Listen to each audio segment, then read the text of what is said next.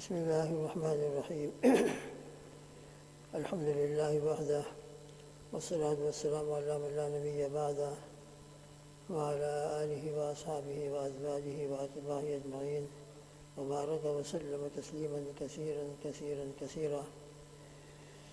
ونشهد أن لا إله إلا الله وحده لا شريك له ونشهد أن سيدنا ونبينا ومولانا محمد عبده ورسوله صلوات الله وسلامه على سيد الأولين والآخرين إمام الأنبياء والمرسلين قائد الغر المحجلين سيدنا محمد وعلى آله وأصحابه وأزواجه أجمعين وبارك وسلم تسليما كثيرا كثيرا. أما بعد فأعوذ بالله من الشيطان الرجيم. بسم الله الرحمن الرحيم.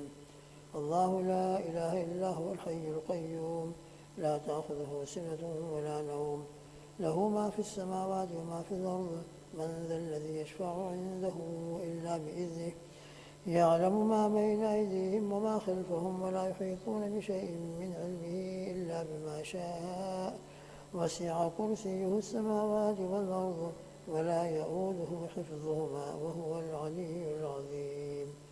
صدق الله العظيم. سبحانك لا علم لنا إلا ما علمتنا إنك أنت العليم الحكيم. اللهم رب زدنا علما. اللهم رب زدنا علما. رب اشرح لي صدري ويسر لي أمري واحلل عقدة من لساني يفقهوا قولي. اللهم انفعنا بما علمتنا وعلمنا ما ينفعنا. اللهم فقهنا في الدين وعلمنا التأويل. إن الله وملائكته يصلون على النبي يا أيها الذين آمنوا صلوا عليه وسلموا تسليما. اللهم صل على محمد وعلى آل محمد كما صليت على إبراهيم وعلى آل إبراهيم إنك حميد مجيد. اللهم بارك على محمد وعلى آل محمد كما باركت على إبراهيم وعلى آل إبراهيم إنك حميد مجيد. اللهم صل على سيدنا محمد وآله وصحبه وسلم بعدد ما في جميع القرآن حرفا وبكل حرف ألفا ألفا ألفا. اللہ لا الہ الا ہو، اللہ کے سوا کوئی معبود نہیں، اللہ کے سوا کوئی عبادت کے لائق نہیں۔ الحی زندہ ہے جس کو کبھی موت نہیں آ سکتی۔ القیوم سنبھالنے والا ہے تمام عالم کا، تھامنے والا ہے تمام عالم کو۔ لا تأخذہ سنۃ ولا نوم، اس کو نہ اونگ دبا سکتی ہے اور نہ نیند، یعنی اللہ تعالیٰ کو نہ اونگ آتی ہے نہ نیند۔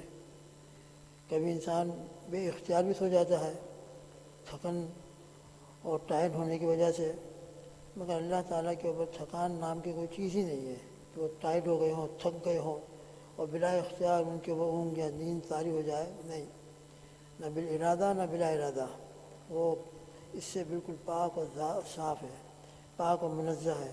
تفصیل پہلے آ چکی ہے۔ لہو ما فی السماوات و ما فی الارض، اسی کی ملک ہے جو کچھ کے آسمانوں میں ہے اور جو کچھ کے زمینوں میں ہے۔ لہذا میں اور آپ اور دنیا کی کائنات کی ایک ایک چیز اللہ کی مملوک ہے، ہم اللہ کے مملوک ہیں، اللہ کے غلام ہیں، اللہ کے بندے ہیں۔ من ذا الذی یشفع عندہ الا باذنہ، اسی طرح کائنات کی ہر چیز اللہ کے غلام ہے۔ کون ہے جو اللہ کے پاس سفارش کر سکے مگر ان کی اجازت سے؟ ان کی اجازت کے بغیر کوئی سفارش نہیں کرے گا۔ بے شک قیامت کے میدان میں سب سے پہلے تو حضور پاک صلی اللہ علیہ وسلم سفارش فرمائیں گے، اور پھر اس کے بعد اللہ تعالیٰ، جیسے کہ ہم بار بار سنتے رہتے ہیں، حجاج بیت اللہ کو اللہ سفارش کا حق دے گا، حفاظ قرآن کو سفارش کا حق دے گا، اور باقاعدہ ان کا اعزاز ہوگا اس وقت حفاظ قرآن کا، کہ ان کی سفارش کی وجہ سے اللہ تعالیٰ لوگوں کو جہنم سے نکالیں گے۔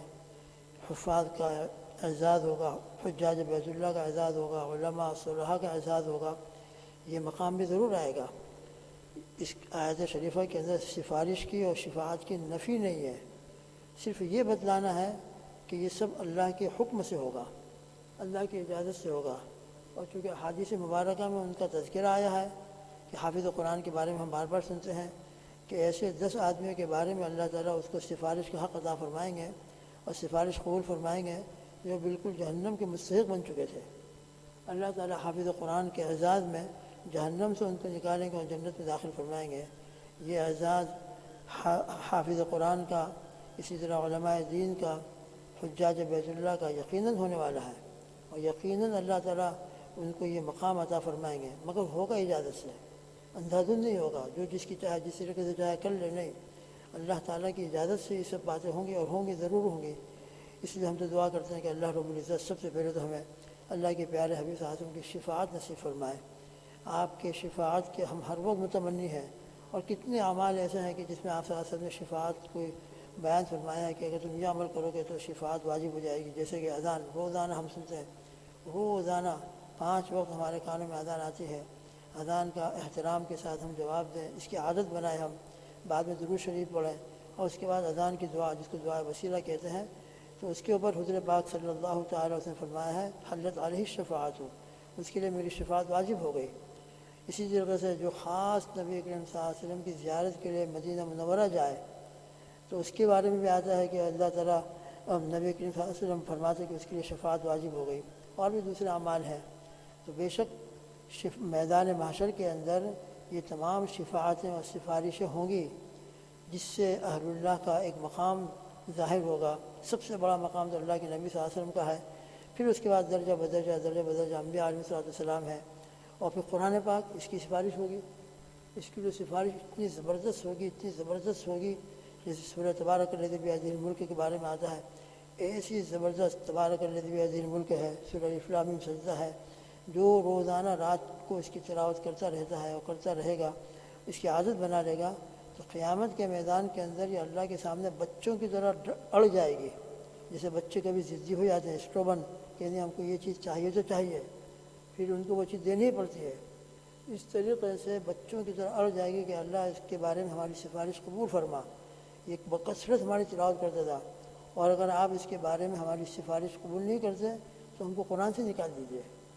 ایسی زبردست قرآن پاک کی سفارش ہوگی، اور قرآن پاک کی سفارش بڑی زبردست ہوگی، فضائل قرآن کے اندر اس کے بارے میں روایتیں موجود ہیں۔ تو بے شک شفاعتیں ہوں گی، سفارشیں ہوں گی، اور یقیناً اللہ تعالیٰ قبول فرمائیں گے، ان کا اعزاز ہوگا، اور پھر ان کے اعزاز کے اندر باقاعدہ جس طرح کی دنیا کے اندر بھی کسی کے اعزاز میں قید میں تو چھوڑ دیا جاتا ہے، کسی کی اپیل کے اوپر، کسی کی سفارش کے اوپر قیدی کو چھوڑ دیا جاتا ہے، تو اسی طریقے سے جہنم کے قیدیوں کو بھی اللہ تعالیٰ ان سفارشوں کے اوپر آزاد فرمائیں گے اور آزاد کریں گے۔ اس کے اندر کچھ تفصیلات اور بھی ہیں۔ خیر بہرحال اس سے مطلقاً سفارش کی اور شفاعت کی نفی ہرگز نہیں ہے، بس صرف اس آیت شریفہ میں یہ بتلانا ہے کہ اللہ کی حاکمیت قیامت کے میدان میں اتنی زبردست ہوگی کہ اللہ جو فیصلہ فرما دیں گے بس وہ بالکل اٹل فیصلہ ہوگا، اور کوئی اپنی مرضی سے سفارش کرے یا کوئی اپنی مرضی سے کسی کو جہنم سے نکال کر لے آئے، یہ بہت مشکل ہے۔ ہاں البتہ اجازت ہوگی اللہ تعالیٰ کی، اور یقیناً اجازت دیں گے اللہ تعالیٰ، چونکہ حدیث میں اس کا تذکرہ ہے اور باقاعدہ اس کے لیے روایتیں موجود ہیں، تو یقیناً شفاعت بھی ہوں گی، اور باقاعدہ اللہ تعالیٰ شفاعت اور سفارش قبول بھی فرمائیں گے، یہ اعزاز اکرام بھی ہوگا۔ یعلم ما بین ایدیہم وما خلفہم، اللہ تعالیٰ مخلوقات کے آگے کے حالات کو بھی پوری طرح جانتے ہیں، اور ان کے پیچھے کے حالات کو بھی پوری طرح جانتے ہیں۔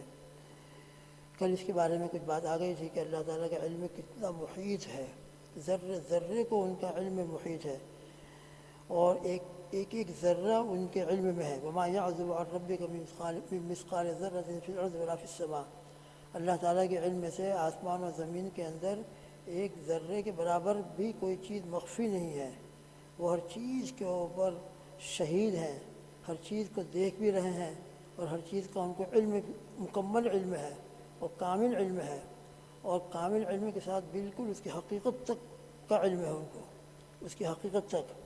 انسانوں کو تو ظاہری طور پر کچھ علم ہو جاتا ہے، ورنہ بالکل حقائق تک پہنچ جانا یہ انسان کے بس میں ذرا مشکل ہے، لیکن رب ذوالجلال تو بالکل حقیقت تک پہنچے ہوئے ہیں۔ صرف ظاہری طور پر جانتے ہو یہ نہیں، بلکہ یہ چیز کس مقصد کے لیے پیدا کی گئی ہے، یہ مقصد کب تک اس کا باقی رہے گا، اور یہ انسان ہے، بچہ پیدا ہو رہا ہے تو بچے کی کتنی عمر ہوگی، کتنے اعمال کرے گا، اور وغیرہ وغیرہ، اس کے ایک ذرے سے اللہ تعالیٰ پوری طرح واقف ہے۔ اللہ اکبر کبیرہ۔ ولا يحيطون بشيء من علمه الا بما شاء، اوپر تو اللہ کے علم کا تذکرہ آیا، اب بندوں کے اور مخلوقات کے علموں کو بیان فرمایا۔ ولا يحيطون بشيء من علمه الا بما شاء، اور یہ مخلوقات موجودات میں سے کچھ یہ موجودات دنیا کے اندر جتنے بھی انسان ہیں، جنات ہیں، یہ تمام کے تمام اللہ تعالیٰ کے معلومات میں سے کسی چیز کو اپنے احاطہ علمی میں نہیں لا سکتے، یعنی کسی چیز کا علم حاصل نہیں کر سکتے الا بما شاء، مگر اتنا ہی جتنا اللہ سبحانہ و تعالیٰ علم دینا چاہیں۔ اللہ سبحانہ و تعالیٰ جتنا علم دینا چاہیں اتنا بندوں کو علم حاصل ہو سکتا ہے۔ اس کے اندر بھی وہ اللہ کی مشیت پر موقوف ہے۔ اللہ کی جتنی مشیت ہوگی اتنا ہی بندوں کو، چاہے وہ جتنی بھی ترقی کرتے چلے جائے، ٹیکنالوجی آج چاہے جہاں سے جہاں پہنچ چکی ہو، لیکن ہمارا تو ایمان یہی ہے کہ اللہ جتنا چاہتے ہیں اتنا ان کو علم ملتا ہے۔ اپنی مرضی سے اور اپنی اعتبار سے یہ چاہے کہ ہم پوری کائنات کے چیزوں کا احاطہ کر لیں، ان کے حقائق تک پہنچ جائیں، ان کے دقائق تک پہنچ جائیں، تو ہم کہیں گے کہ نہیں بھائی، بس اتنا ہی آپ کو علم حاصل ہو سکتا ہے کہ جتنا اللہ چاہیں گے۔ مولانا نذیر صاحب کانزی رحمۃ اللہ علیہ نے اس موقع پر ایک بڑا اچھا جملہ لکھا ہے، بڑا پیارا جملہ لکھا ہے۔ فرماتے ہیں کہ جس طریقے سے انسان کا وجود عطیہ خداوندی ہے، انسانوں کو وجود دنیا میں جو ملتا ہے، اللہ کے وجود دینے سے بندہ موجود ہوتا ہے، انسان دنیا میں پیدا ہوتا ہے، تو جس طریقے سے اس کی زندگی اور اس کا وجود عطیہ خداوندی ہے، اللہ تعالیٰ کی ایک عطا ہے، اللہ تعالیٰ کی ایک بخشش ہے، گفٹ ہے، اسی طریقے سے یہ علوم بھی عطیہ خداوندی ہے۔ اللہ تعالیٰ جس کو جتنا علم دیتے ہیں اتنا علم حاصل ہوتا ہے۔ سبحانک لا علم لنا الا ما علمتنا، سبحانک لا علم لنا، یہ اللہ آپ کی ہم پاکی بیان کرتے ہیں، لا علم لنا، ہمیں کوئی علم نہیں، الا ما علمتنا، مگر اتنا ہی جتنا آپ نے ہم کو علم دے دیا۔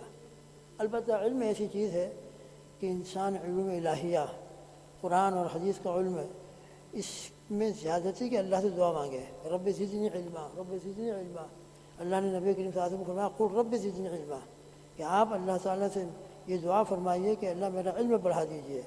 تو علم اتنی بڑی نعمت ہے کہ خود نبی کریم صلی اللہ علیہ وسلم سے فرمایا جا رہا ہے، اور آپ صلی اللہ تعالیٰ وسلم کے ذریعے سے بندوں کو کہا جا رہا ہے کہ علوم الہیہ کے اندر زیادتی کی تم اللہ سے خوب دعا کرتے رہو، اس لیے کہ یہ انوارات ہیں، تجلیات الہیہ ہیں، یہ خاص علوم الہیہ اللہ کا فیضان ہے جو نبی کریم صلی اللہ علیہ وسلم کے قلب اطہر کے اوپر آیا ہے، اور پھر آپ کے قلب اطہر سے دنیا کے اندر پھیلا ہے اور پھیل رہا ہے۔ یہ علوم قرآن، علوم احادیث، یقیناً یہ علوم الہیہ نبی کریم صلی اللہ علیہ وسلم کے قلب اطہر کے اوپر سب سے پہلے نازل ہوئے ہیں، اور پھر قلب اطہر سے دنیا کے اندر پھیلے ہیں، اور آج بھی نبی کریم صلی اللہ تعالیٰ وسلم کے قلب اطہر سے انوارات پھیل رہے ہیں۔ انوارات شاہ ولی اللہ محدث دہلوی رحمۃ اللہ علیہ بہت بڑے صاحب کشف علماء میں ہیں اور متفق علم ہیں۔ ہندوستان کے اندر ان کا علم مقامی علم میں بہت اونچا ہے۔ یہ حرمین شریفین تشریف لے گئے ہیں، فیوض الحرمین باقاعدہ ان کی کتاب ہے، وہاں انہوں نے اللہ کے نبی صلی اللہ علیہ وسلم کے روز مبارک پر مراقبے فرمائے ہیں، بیت اللہ شریف کے اندر حاضری دی ہے۔ تو فرماتے ہیں کہ ایک مرتبہ میں مراقبے میں تھا نبی کریم صلی اللہ تعالیٰ وسلم کے روز اطہر کے اوپر، مراقبے کے اندر اور کشف کے اندر مجھے یہ معلوم ہوا کہ آپ صلی اللہ تعالیٰ وسلم کے قلب اطہر سے انوارات کی شعائیں پھیل رہی ہیں، جس طریقے سے آفتاب طلوع ہوتا ہے اور اس کی شعائیں دنیا میں پھیلتی ہیں اور پوری دنیا میں پھیل جاتی ہیں جہاں جہاں تک اس کا رسائی اللہ کو منظور ہوتی ہے، اس طریقے سے آپ صلی اللہ تعالیٰ وسلم کے قلب اطہر سے اور آپ کے سینہ مبارکہ سے انوارات نکل رہے ہیں اور باقاعدہ پھیل رہے ہیں، اور مسلسل یہ ایک سلسلہ جاری ہے۔ یہ کشف ہوا، پھر اس کے بعد انہوں نے یہ چاہا کہ اب یہ انوارات پھیل تو رہے ہیں، کہاں جا رہے ہیں، یہ کہاں پہنچ رہے ہیں؟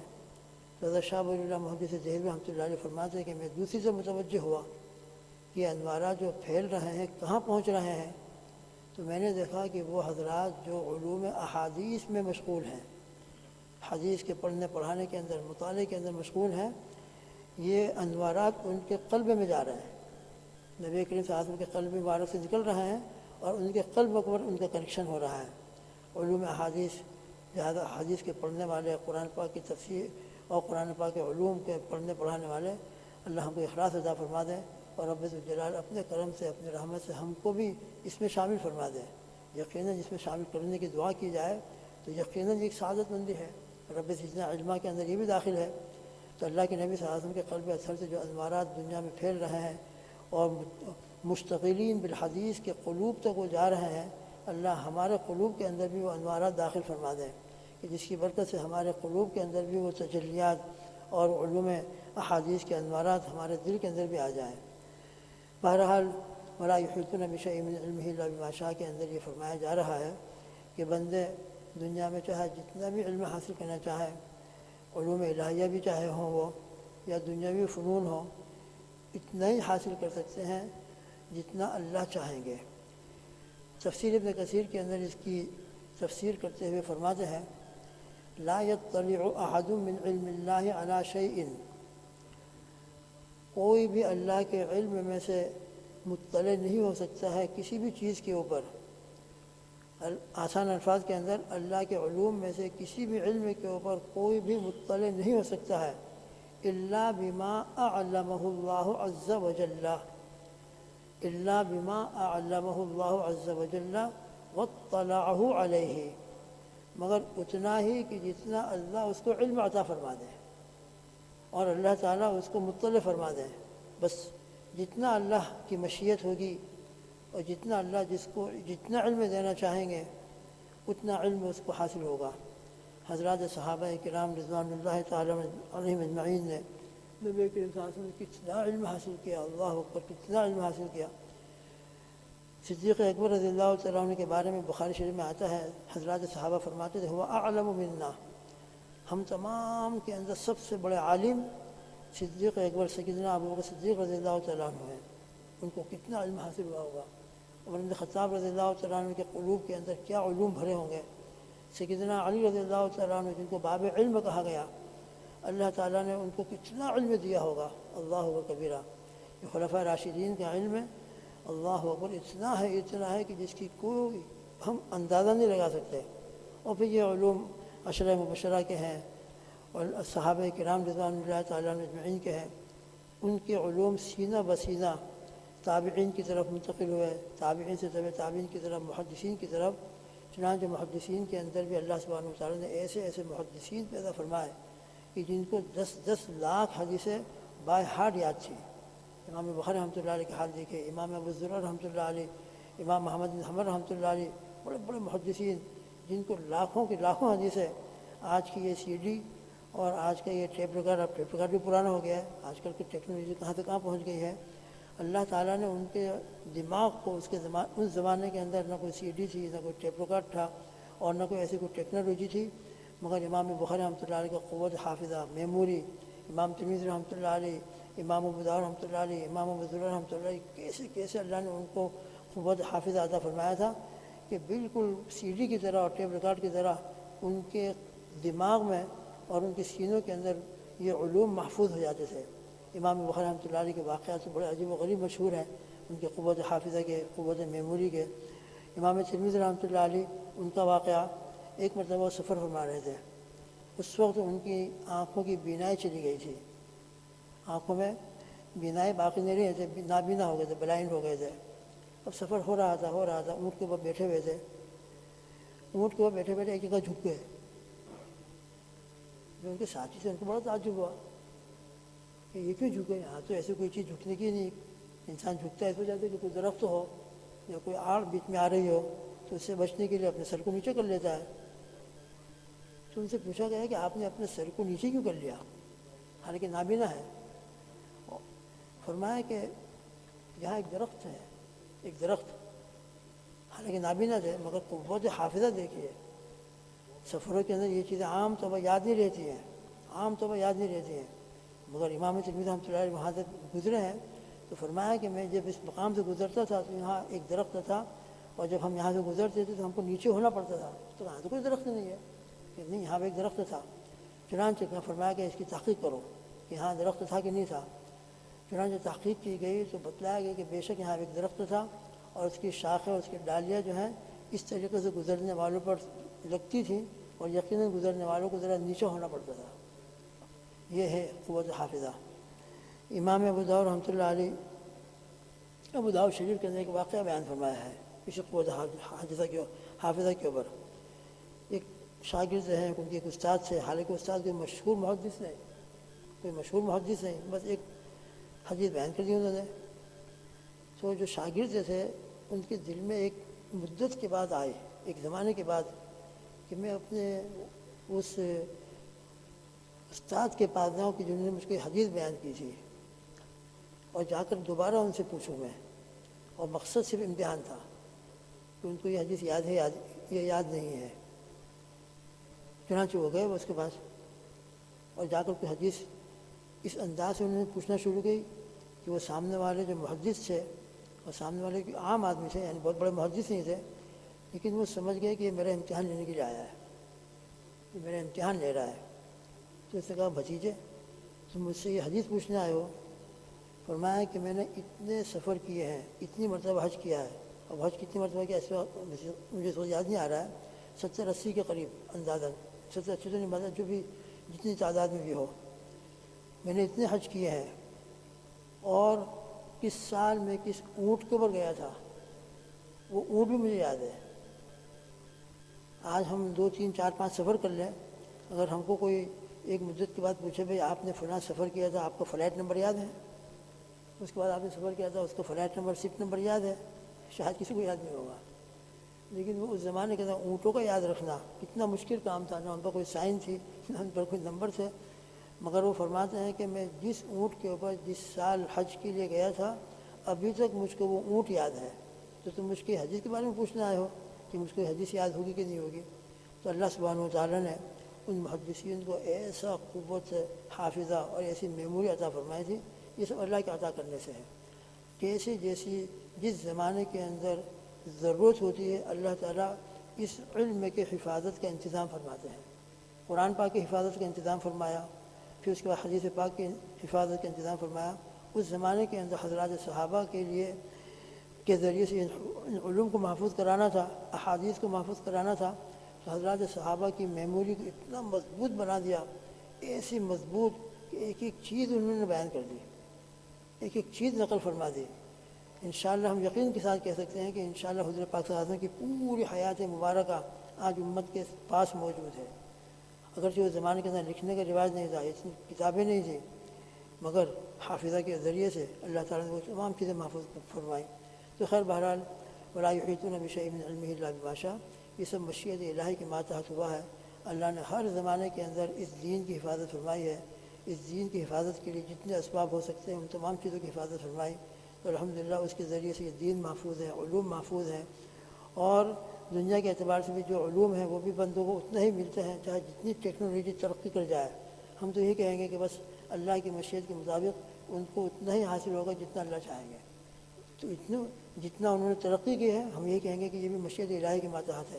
اللہ نے ان کو ایسے اسباب دے دیے. آج اس زمانے کے اندر اللہ کو مشیت یہ ہوگی کہ میری قدرت کھل جائے، میری قدرت کے مظاہر لوگوں کے سامنے آ جائے. یہ گلیکسی اور یہ نظام اور فضا کے اندر کیا کیا چیزیں ہیں، سمندروں کے اندر کیا کیا چیزیں ہیں، میری قدرت لوگوں کے سامنے ظاہر ہو تاکہ لوگ میری قدرت کو سمجھیں اور میری معرفت ان کو حاصل ہو جائے. اللہ کرے ان کو معرفت حاصل ہو، اور اللہ کرے ان کے ایمان کا ذریعہ بن جائے. اور اس کے واقعات بھی ہیں، اللہ تعالیٰ نے اس کے ذریعے سے ان جدید ٹیکنالوجی کے ذریعے سے جو ان کو تحقیقات ہوئی ہیں، ان تحقیقات کے اوپر باقاعدہ کتنوں کو اللہ نے ایمان کی دولت سے مالا مال فرمایا ہے، اور کتنے لوگ ان چیزوں کو دیکھ کر الحمدللہ ایمان میں داخل ہوئے ہیں. تو اللہ کی قدرت ہے. اللہ تعالیٰ ہر زمانے کے اعتبار سے ہدایت کے اسباب پیدا فرماتے ہیں. تو آج بھی یہ ٹیکنالوجی ہے کہاں سے کہاں ترقی کر رہی ہے، تو اللہ کی اس کے پیچھے کیا حکمت ہے اللہ تعالیٰ بہتر جانتے ہیں. ہم تو یہ دعا کرتے ہیں کہ اللہ تعالیٰ اس کے ذریعے سے لوگوں کے اوپر اللہ کی قدرت ظاہر ہو، اور لوگ اس کے ذریعے سے اللہ کی معرفت ان کو مل جائے، اور اللہ کی معرفت مل کر اللہ پاک کے اوپر ایمان نصیب ہو جائے، تاکہ دنیا کے اندر جس طریقے سے وہ ماشاءاللہ لوگوں کو ان سے فائدہ پہنچ رہا ہے، دنیا سے گزرنے کے بعد اللہ تعالیٰ ان کو جنت میں جانے والا بنا دے، اور جنت کی نعمتیں اللہ تعالیٰ ان کو بھی عطا فرما دے کہ جن کے ذریعے سے لوگوں کو یہ فائدہ مل رہا ہے. یہ موبائل ایجاد ہوا، یہ انٹرنیٹ ایجاد ہوا کہ جس کے فوائد بھی بہت سارے ہیں، نقصانات بھی ہیں، لیکن انسان اس سے فائدہ حاصل کرنا چاہے تو بہت بڑے بڑے فائدے کی چیزیں بھی ہیں. تو اللہ تعالیٰ ان کے ذریعے سے لوگوں کو جو فائدے کی چیزیں ملی، ہم تو یہ دعا کرتے ہیں کہ اللہ تعالیٰ ان کو اللہ کی معرفت نصیب فرما دے، اور اس کی برکت سے اللہ تعالیٰ ان کو ایمان عطا فرما دے۔ لیکن بہرحال آخر میں یہی کہنا پڑے گا کہ اللہ کی مشیت کے مطابق یہ سب ہو رہا ہے، اور جتنا اللہ چاہتے ہیں اتنا ہی علوم الہیہ ہوں یا دنیا کے فنون ہوں انسانوں کو حاصل ہوتے ہیں۔ آیت کے پیش نظر ہمارا عقیدہ یہی ہے۔ اس عقیدے کے پیش نظر ہم یہی کہیں گے کہ ہر چیز علم الہی کے یا دنیا کے فنون کے حاصل کرنے میں بھی اللہ کی محتاج ہے۔ اللہ جتنا چاہیں گے اتنا ان کو حاصل ہوگا۔ اللہ تعالی ہم سب کو علوم الہیہ میں خوب برکت نصیب فرمائے۔ ہمارے بچے جو قرآن پاک کے حافظ ہو رہے ہیں، اللہ ان کی سیرت میں قرآن پاک کو ہمیشہ ہمیشہ کے لیے محفوظ فرما دے، ان کی زندگیاں قرآن پاک کے مطابق بنا دے۔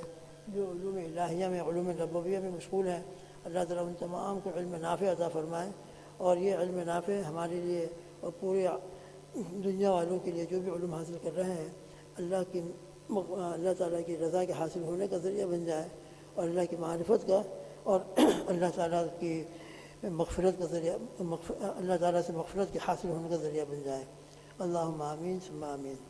بسم اللہ الرحمن الرحیم، الحمد للہ رب العالمین والعاقبۃ للمتقین، والصلاة والسلام علی سیدنا محمد وعلی آلہ وصحبہ وازواجہ واتباعہ اجمعین، وبارک وسلم تسلیما کثیرا کثیرا۔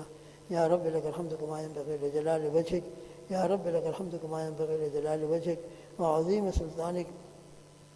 اللہم اننا لا نحصی ثناء علیک انت کما اثنیت علی نفسک، اللہم لک الحمد کما انت اہلہ، فصل علی سیدنا محمد صلی اللہ علیہ وسلم کما انت اہلہ، وافعل بنا ما انت اہلہ فانک انت اہل التقوی واہل المغفرہ۔ اللہم انا نسألک بأننا نشهد انک انت اللہ لا الہ الا انت الاحد الصمد الذی لم یلد ولم یولد ولم یکن له کفوا احد۔ اللہم انا نسألک من الخیر کلہ عاجلہ وآجلہ ما علمنا منہ وما لم نعلم، ونعوذ بک من الشر کلہ عاجلہ وآجلہ ما علمنا منہ وما لم نعلم۔ ربنا آتنا في الدنيا حسنة وفي الآخرة حسنة وقنا عذاب النار۔ اللهم آت سيدنا محمدا الوسيلة والفضيلة وابعثه مقاما محمودا الذي وعدته إنك لا تخلف الميعاد۔ اللهم ارزقنا شفاعة نبينا صلى الله تعالى عليه وسلم يوم المحشر۔ اللهم ارزقنا شفاعة نبينا صلى الله عليه وسلم يوم المحشر۔ اللهم اجعلنا من اتقاء شهر رمضان، اللهم اجعلنا من اتقاء شهر رمضان۔ لا إله إلا الله، نستغفر الله، نسألك الجنة ونعوذ بك من النار۔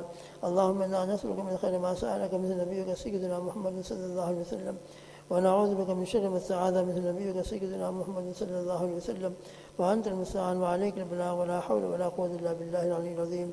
اللهم إنا نعوذ بك من عذاب جهنم، ونعوذ بك من عذاب القبر، ونعوذ بك من فتنة المحيا والممات، ونعوذ بك من فتنة المسيح الدجال، ونعوذ بك من المأثم والمغرم۔ اللهم إنا نسألك علما نافعا، علما نافعا، علما نافعا، رب زدنا علما، رب زدنا علما۔ اللهم إنا نسألك علما نافعا ورزقا واسعا حلالا طيبا وعملا متقبلا وشفاء من كل داء۔ اللهم إنا نسألك رضاك والجنة، ونعوذ بك من غضبك وسخطك والنار۔ اللهم إنا نسألك من حبك وحب من يحبك وحب عمل يقربنا إلى حبك۔ اللهم اجعل حبك حب إلينا من الماء البارد ومن الأهل ومن المال ومن الناس أجمعين۔ اللهم إنا نسألك حبك وحب رسولك سيدنا محمد صلى الله عليه وسلم۔ اللهم حبب إلينا الإيمان وزينه في قلوبنا، وكره إلينا الكفر والفسوق والعصيان، واجعلنا من الراشدين، واجعلنا من الذاكرين، واجعلنا من المقربين المحبوبين، واجعلنا من المخلصين المخبتين، واجعلنا يا ذا الجلال والإكرام من الذين يستمعون القول فيتبعون أحسنه۔ یا اللہ بہت مبارک وقت ہے، یا اللہ بہت مبارک ایام چل رہے ہیں، یا اللہ رمضان کے آخری دنوں میں، افطار کے وقت میں، آخری راتوں کے اندر آپ پورے رمضان کے اندر جتنے لوگوں کو جہنم سے آزاد کرتے ہیں، آخری دنوں کے اندر اس کے بقدر ایک دن میں آزاد فرماتے ہیں۔